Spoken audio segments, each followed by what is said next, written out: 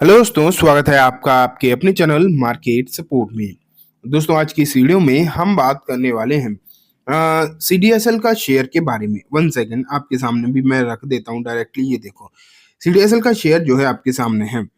पिछले trading session में आपने यहाँ पर देखा था कि लगभग 1800 रुपए के आसपास जो है इसकी क्लोजिंग आपको नजर आई थी। क्लोजिंग के समय पर ये काउंटर जो है फ्लैट था, कोई खास ना तो तेजी थी ना ही कोई खास यहाँ पर गिरावट देखने को मिली थी। जो माहौल था वो नॉर्मल ही देखने को मिल रहा था, ठीक है। लेकिन बात ये निकल कर आती है कि ये सब चीजें तो ठीक है, लेकिन बात अभी की नहीं है, क्योंकि अभी तो आपने देखा कि ऊपर इस तरह से गिरा भी। लेकिन बात आती है एक ब्रॉडर पिक्चर, जो कि 6 महीने में 55% के रिटर्न दिखाई देते हैं, एक साल में लगभग 91% दिखाई देते हैं। 5 साल में अगर हम देखें तो लगभग लगभग 1300-1400% के रिटर्न दिखाई देते हैं। तो ये हालचाल यहाँ पर नजर आते हैं। अब सबसे इंपॉर्टेंट बात होती है कि आखिरकार ऐसा हुआ क्यों, इस तरीके के जो रिटर्न्स हैं वो क्यों आए। ये एक बड़ी बात है। अगर आप इस बात को समझ जाओ कि आखिरकार यहाँ पर रिटर्न क्यों आए, तो ना आप ये भी मान के चलो फिर और दूसरी जो कंपनीज होंगी जहां पर रिटर्न आने की संभावना होगी, उन्हें भी आप जो है पहले से पकड़ सकते हो। तो आज ये तो हम जानेंगे ही कि आखिरकार ये रिटर्न जो है क्यों आए हैं, लेकिन साथ में ये भी डिस्कस करेंगे कि आखिरकार आगे आने वाली और कौन सी कंपनीज हो सकती हैं आगे भी, जिनमें रिटर्न्स की जो संभावना बनी रहेंगी, अच्छे रिटर्न्स की संभावना बन सकते हैं, वो भी हम देखेंगे आज की इस वीडियो में। सीडीएसएल, सबसे पहले आप ये समझो कंपनी काम क्या करती है। कंपनी जो काम करती है डिपॉजिटरी की, ठीक है। डिपॉजिटरी कंपनी है। डिपॉजिटरी का मतलब होता है जो आप शेयर खरीदते हो। आपको लगता है कि मैंने जीरोधा से शेयर खरीद लिया, जीरोधा से शेयर नहीं खरीदा जाता। वो तो एक सिर्फ माध्यम है, एक मीडियम है। वहां से आप जो शेयर खरीद रहे हो वो तो सिर्फ एक मीडियम के तौर पर काम करता है। तो जब आप शेयर खरीदते हो तो आप जो है एक्सचेंज से शेयर खरीदते हो, ठीक है। जब एक्सचेंज से शेयर खरीदते हो, अगर इंट्राडे में बेच दिया तब तो ठीक है, आपके ब्रोकर के पास वो शेयर आया और उसी दिन बेच दिया, कोई बात नहीं। लेकिन अगर आप उस शेयर को सेम डे नहीं बेचते हो तो वो शेयर आपके डिपॉजिटरी में चला जाता है। आप ये मान के चलो, ठीक है, डिपॉजिटरी में चला जाता है शेयर। और जब डिपॉजिटरी में शेयर चला जाता है तो वो आपके लिए, आप ये मान के चलिए कि हमेशा के लिए मतलब जब तक आप बेचते नहीं हो तब तक आपके नाम से वो होल्ड रहता है, और वो होल्ड रहता है डिपॉजिटरी में ही, ठीक है। तो वो जो डिपॉजिटरी होती है कंपनी, वही है बेसिकली क्या, सीडीएसएल। वही आपके शेयर्स को रखने वाली कंपनी है सीडीएसएल, ठीक है। एंड दोस्तों, जब सीडीएसएल आप मतलब कोई भी शेयर आप रखते हो सीडीएसएल में रखा जाता है, तो आप फिर उसे चाहे जब तक चाहो होल्ड करके चल सकते हो, ये होता है। तो ये काम है सीडीएसएल जैसी कंपनी का। और ऐसी कंपनी सिर्फ दो ही है, एक है एनएसडीएल एंड एक है सीडीएसएल, ठीक है।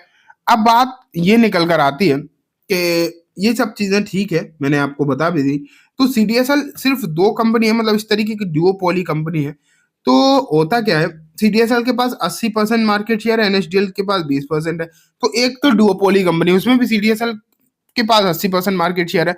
तो प्रॉफिट एक तो बढ़ रहा है और लगातार बढ़ रहा है। अब बढ़ क्यों रहा है प्रॉफिट? क्योंकि नए नए लोग जो हैं शेयर मार्केट में एंटर कर रहे हैं लगातार। कोविड के बाद आपने देखा है कि लगातार लोगों का एंट्री करना, जो है मार्केट में एंट्री करने का जो सिलसिला है वो लगातार बढ़ता ही चला गया। ये हमने सबने देखा।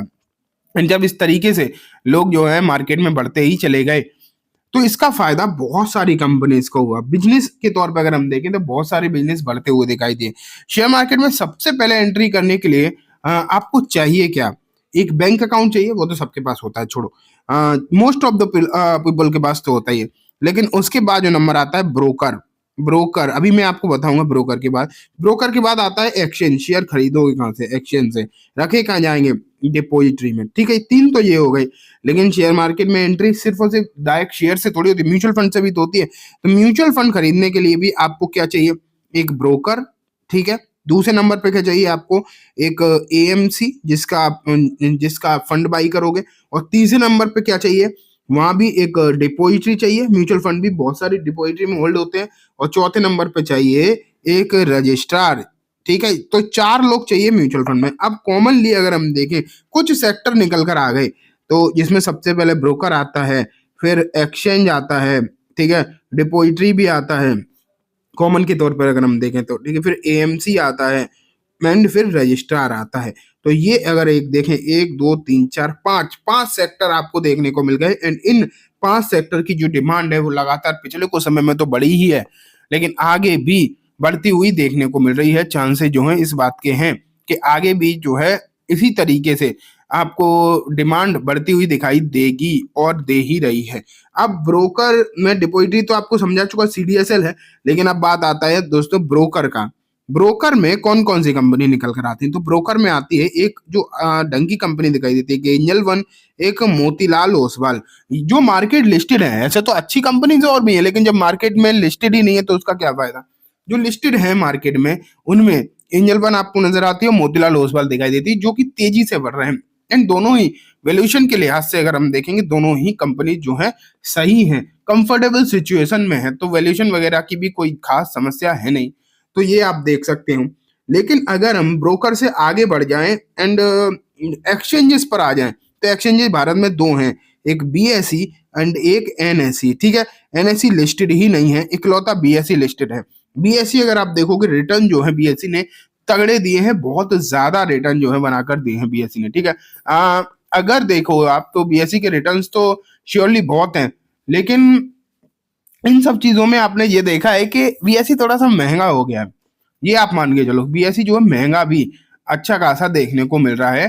तो हो सकता है यहाँ से अभी उतना इस मतलब बहुत तेजी से आपको हो सकता है देखने को ना मिले बढ़ता हुआ, लेकिन इतना जरूर आप मान के चलिए फिलहाल के समय पर जो आपको चीजें देखने को मिल सकती हैं कि आने वाले दिनों में या लॉन्ग टर्म बेसिस पर आप ये मान के चलिए बेहतरीन सिचुएशन जो है बीएसई में भी नजर आ सकती है। अब बीएसई भी हो गया, मतलब एक्सचेंज भी हो गया, डिपॉजिटरी हम पहले ही देख चुके थे, ब्रोकर हमने देख लिया। अब आता है दोस्तों रजिस्ट्रार। रजिस्ट्रार कौन कौन सी कंपनी है? के फिनटेक है, जो लिस्टेड है, लिस्टेड की बात कर रहा हूँ। अगर आप रजिस्ट्रार के तौर पर देखोगे लिस्टेड में, तो के फिनटेक आपको देखने को मिलेगा। तो बेसिकली आपको यहाँ भी नजर जो है बनाकर रखना चाहिए। रजिस्ट्रार कंपनी ने अच्छे रिटर्न पहले भी दिए हैं, ऐसी बात नहीं है, पहले भी जो है यहाँ पर आपको रिटर्न अच्छे बनाकर दिए हैं, तो इस पर भी आप जो है नजर बनाकर रखें। एंड लास्ट में आता है एएमसी। एएमसी अगर हम देखेंगे तो कुछ कंपनीज हैं जो लिस्टेड भी हैं। एक तो आपको यूटीआई दिखाई देता है, एक एचडीएफसी एएमसी दिखाई देता है, और भी है, लेकिन इसमें सबसे ज्यादा अफोर्डेबल प्राइस पर आपको यूटीआई दिखाई देगा, यूटीआई एएमसी। ठीक है, तो ठीक है दोस्तों, ये कंप्लीटली बात हो गई इन सभी शेयर्स के बारे में। उम्मीद है आपको सब कुछ अच्छे समझ भी आ गया होगा। अब मैं इस वीडियो को यहीं खत्म करूंगा। जाने से पहले बस एक बार बोलना चाहूंगा, वीडियो अच्छी लगी हो तो इसे लाइक करना, चैनल को भी जरूर सब्सक्राइब करना, जाते थे बेल आइकन दबाना, जिससे कि जब भी मैं कोई नई वीडियो डालूंगा आपके पास नोटिफिकेशन आ जाए।